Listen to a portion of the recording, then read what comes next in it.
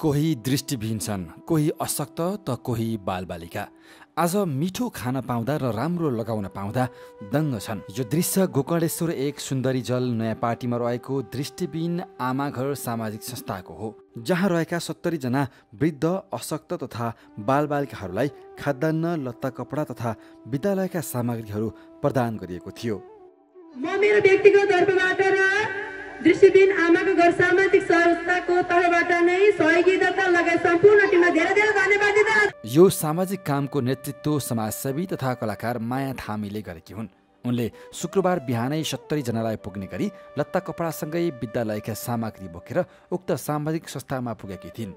यति ठुलो कामको लागि अस्ट्रेलियामा रहँदै आएका समाजसेवी देवकुमार पाखरिनले आर्थिक सहयोग गरेका थिए। सहयोग हस्तान्तरणको कामको नेतृत्व माया थामीले गरेकी थिइन्। कस्तो लाग्यो? मजा कस्तो लाग्यो?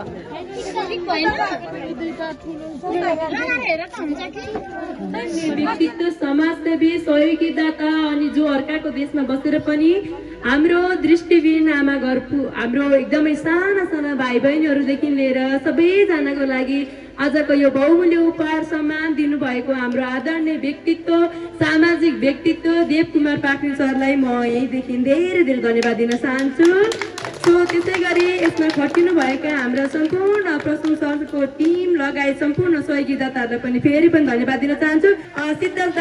सिद्धजी लगायत छुल्टिम दाई लगायत हाम्रो क्यामेरामा हुनुहुन्छ हाम्रो भेन राष्ट्रिय भेनाजु लगायत हाम्रो हिन्दू बहिनी सबैजनालाई फेरि पनि थ्याङ्क यू सो मच। आजको कार्यक्रम यही समाप्त भएको घोषणा गर्न चाहन्छु।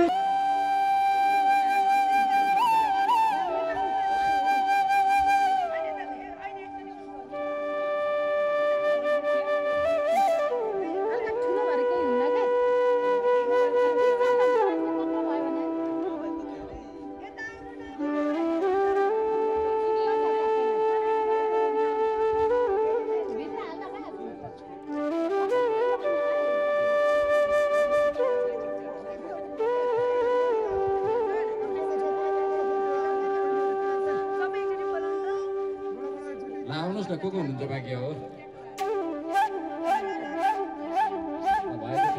बाँकी रहनु भएको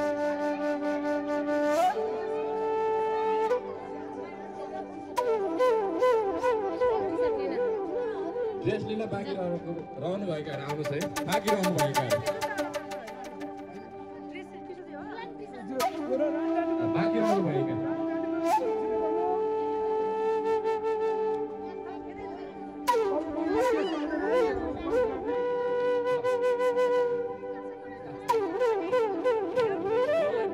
संस्था यो बिल्कुलै सामाजिक संस्था भन्ने आज बल्ल थाहा पाइयो र जुन आउने अवसर पनि मिल्यो। यो आउने अवसर मिलाइदिनु भए बापत यहाँहरूप्रति हार्दिक आभार प्रकट गर्दै जुन यो परोपकारी संस्था व्यक्ति समाज र राष्ट्र जुन जोडिएको हुन्छ त्यो भित्र रहेर हामी मानिसहरू छौँ।